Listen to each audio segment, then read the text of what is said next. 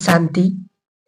साकार बाबा भोजन के प्रति क्या-क्या सावधानियाँ देते थे और कैसे बनाना है, कैसे खाना है, तो आज हम भ्राता ब्रजमोहन भाई साहब के अनुभव के द्वारा सुनेंगे। तो उन्होंने कहा, प्रश्न है कि राजयोगी भ्राता ब्रजमोहन जी अतिरिक्त सचिव ब्रह्मा कुमारी। प्रश्न है भाई जी से, भाई जी, साकार बाबा अन्न के प्रति किस प्रकार के डायरेक्शन देते थे? हमें कैसे खाना है या कैसे बनाना है?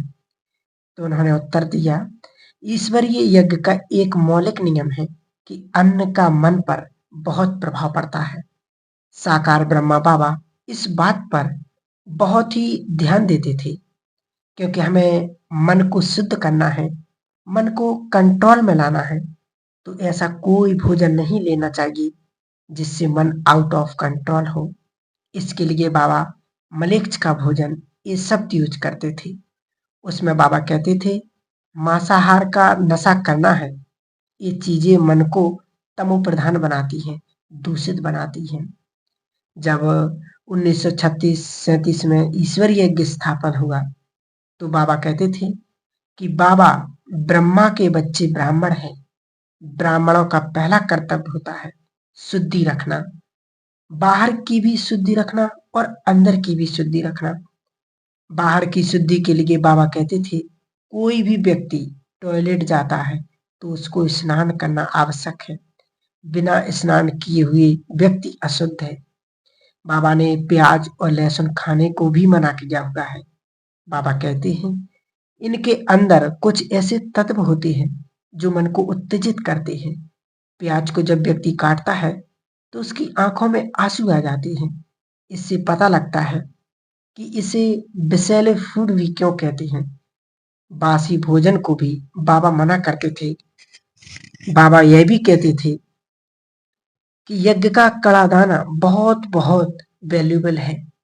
बाबा कहते थे, एक तो भोजन में पड़ने वाली वस्तुएं सात्विक होनी चाहिए, दूसरी जो उसको बनाते हैं उनकी वृत्ति का भी बहुत असर पड़ता है।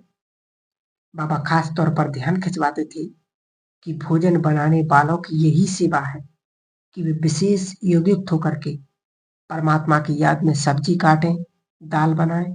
बाबा कहते थे कि भोजन तैयार हो जाता है तो उसको फिर से बाबा को भोग लगाएं, ताकि उसमें शक्ति आ जाए। नॉर्मल भोजन में नॉर्मल शक्ति रहती है, लेकिन परमात्मा की याद से एक अलौकिक शक्ति भरती है जो मन को शुद्धि करती है।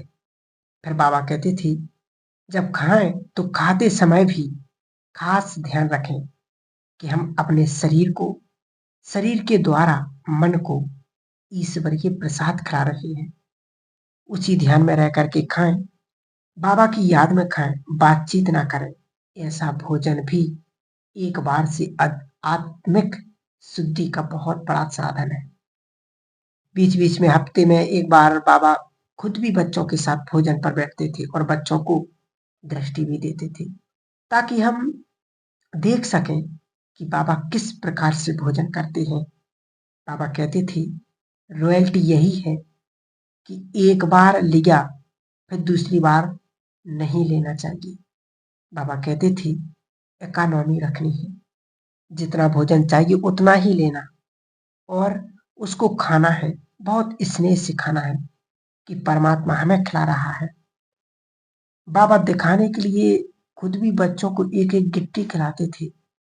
वैसे तो हर विशेष दिन है, विशेष भोग लगता था, उसके अलावा गुरुवार को रखा हुआ जाता था। विशेष दिन पर भोजन को भोग के रूप में बनाया जाता था और फिर भोग लगा करके खाया जाता था। दुनिया में लोग ब्रह्म भोजन करते हैं, उसका अर्थ वे लेते हैं अच्छा अच्छा भोजन खाना, लेकिन वास्तव में इसका नाम है ब्रह्मा भोजन, अर्थात ब्रह्मा के द्वारा भोजन करने की जो विधि सिखाई गई है वह बहुत ही सुंदर है। इसमें कई बातों पर ध्यान देना है, जैसे भोजन की मात्रा में कितना भोजन करना है, फिर भोजन खाते समय हम कितना अनासक्त रह सकते हैं। बहुत ही स्वादिष्ट भोजन सामने आ गया। उसको खाते समय क्या हमारा मन आसक्त हो तो नहीं हो गया? तो बीच-बीच में अपने को चेक भी करना है। एक बार भोजन में खीर भी मिल रही थी, पापड़ भी मिल रहा था, लेकिन एक बहन ने कहा मेरी खीर वापस ले लो, लेकिन 2 पापड़ दे दो, तो उन्होंने दे दिए। शाम को उसके मन में संकल्प आया, मैंने ठीक किया या नहीं? वह मातेश्वरी जी के पास सायंकाल गई और पूछा, मम्मा खीर तो अच्छी चीज़ है, लेकिन खीर को वापस करके मैंने एक पापड़ लिया है, क्या मैंने राइट किया? मातेश्वरी ने यही उत्तर दिया कि ये नहीं देखना कि तुमने पापड़ लिया या खीर ली, तुम्हें फ़ील हो रहा है ना कि पापड़ में तुम्हारी आसक्ति है, भोजन में आसक्ति नहीं रखनी है, क्योंकि हमें देवभान से छूटना है। अगर देवभान की आसक्ति को छोड़ना है, तो उसके साथ-साथ हमें इन चीज़ों को भी ज़्यादा देखना है। दूसरी चीज़ नहीं, लेकिन सब में बराबर भाव रखना चाहिए। बहुत सारी शिक्षाएँ हमको दी गई हैं। मैंने पर्सनली देखा कि उन शिक्षाओं का अगर हम पालन करते हैं, तो हमारी आत्मिक शक्ति, खुशी, शुद्धि की फीलिंग रहती है। अगर शिक्षा को ज़रा-सा भी छोड़ देते हैं, तो फिर उसका वह जो लाभ मिलना था, वो नहीं मिलता है। वो बड़ी-बड़ी मर्यादा है। मर्यादा को तोड़ने से अलौकिक जीवन पर, हमारी दिनचर्या पर बहुत असर पड़ता है। कुछ ब्रह्मा कुमार, कुमारियाँ, भाई-बहन तो आश्रम में अर्थात सेंटर पर रहते हैं। आश्रम में जो भोजन मिलता है वह खाते हैं, लेकिन जो बाहर रहते हैं, उनको कई प्रकार की परिस्थितियाँ आती हैं। कइयों को जॉब पर जाना पड़ता है, कइयों को और जगह जाना पड़ता है। तो मुझे खुद भी एक अच्छा जॉब मिला था। उसमें यह था कि खाना फ्री देते थे, लेकिन उनका खाना हम खा नहीं सकते थे, इसलिए मैंने वह जॉब किया ही नहीं। बाबा हर एक को उसकी परिस्थिति के अनुसार राय देते थे। ब्रजमोहन भाई साहब अपना अनुभव सुना रहे हैं, लेकिन जो राय 1-2 को देते थे, उसको कोई कॉपी कर ले कि उसको बाबा ने परमिशन दी है, मैं भी लूँ, तो वह बहुत धोखा खाता है।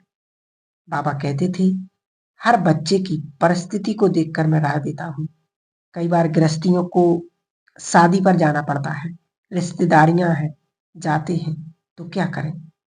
तो बाबा कहते थे, वहाँ बाबा को याद करके फल खा सकते हो।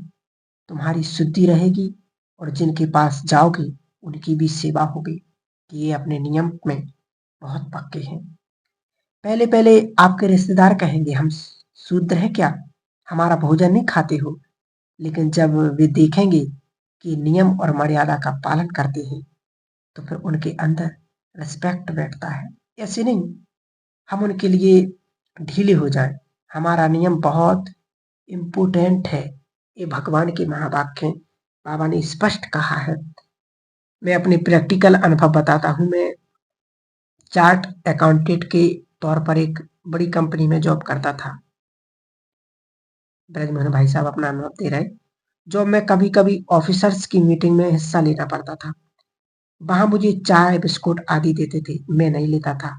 ऑफिसर्स पूछते थे, ऐसा क्यों करते हो? मैंने ब्रह्मा बाबा को लेटर लिखा कि बाबा ऐसी-ऐसी परिस्थितियाँ हैं। बाबा ने कहा तुम योग में रह कर के चाय पी सकते हो और बिस्कुट खा सकते हो। जब बाबा मुझे लेटर लिख रहे थे, उस समय यज्ञ के अकाउंट डिपार्टमेंट के इंचार्ज हमारे रमेश भाई जो चार्ट अकाउंट थे, पास बैठे थे। उन्होंने बाबा से कहा, बाबा मैं भी चाय पी सकता हूँ? मेरा भी एक क्लाइंट चाय आदि लेने के लिए कहता है। बाबा ने कहा नहीं। उसने पूछा, मैं भी चार्टर्ड अकाउंटेंट हूँ और वह भी, आप उसको लिख रहे हो पी सकते? बाबा ने कहा देखो, उसकी नौकरी है, वहाँ ऑफिसर्स दूसरे हैं, तुम फ्री हो, तुम क्लाइंट के साथ नहीं हो, पियोगे तो तुम्हारा क्लाइंट कुछ बोलेगा नहीं। इस प्रकार से बाबा फर्क बताते थे। तो हमारी कंपनी गवर्नमेंट की एक बहुत बड़ी फर्टिलाइजर फैक्ट्री थी। वहाँ फर्स्ट टाइम हड़ताल हो गई। हड़ताल में गवर्नमेंट ने कहा कंपनी को ऑफिसर्स चलाएंगे। वर्करों ने हड़ताल की थी, कोई बात नहीं, सारे ऑफिसर्स पुलिस के साथ कंपनी में जाएंगे, जो भी जो कुछ संभाल सकता है बस संभालेगा। कोई ऑफिसर ट्रांसपोर्ट संभालेगा, कोई टेलीफोन, जो भी कुछ संभाल सकता है सभी ऑफिसर्स को एक जगह बुलाया गया, पुलिस बुलाई गई। हमारा जो टॉप जनरल मैनेजर था उसने